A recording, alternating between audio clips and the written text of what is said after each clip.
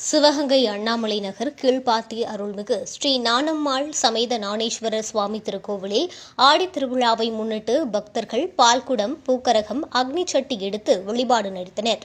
சிவகங்கை அண்ணாமலை நகரில் உள்ள அருள்மிகு கீழ்ப்பாத்தி என்ற ஸ்ரீ நானம்மாள் சமேத ஞானேஸ்வரர் சுவாமி திருக்கோவிலில் ஆடி பெருவிழாவை முன்னிட்டு ஏராளமான பக்தர்கள் பால்குடம், பூக்கரகம், அக்னி சட்டி எடுத்து அம்மனுக்கு சமர்ப்பித்து வழிபாடு செய்தனர்.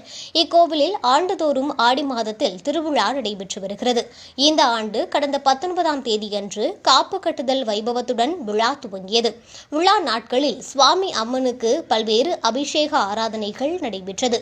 விழாவின் சிகர நிகழ்ச்சியாக காப்பு கட்டி விரதம் இருந்த ஏராளமான பக்தர்கள் பால்குடம், அக்னி சட்டி, பூக்கரகம் எடுத்து மங்கள வாத்தியங்களுடன் ஊர்வலமாக வலம் வந்து கோவிலை அடைந்தனர்.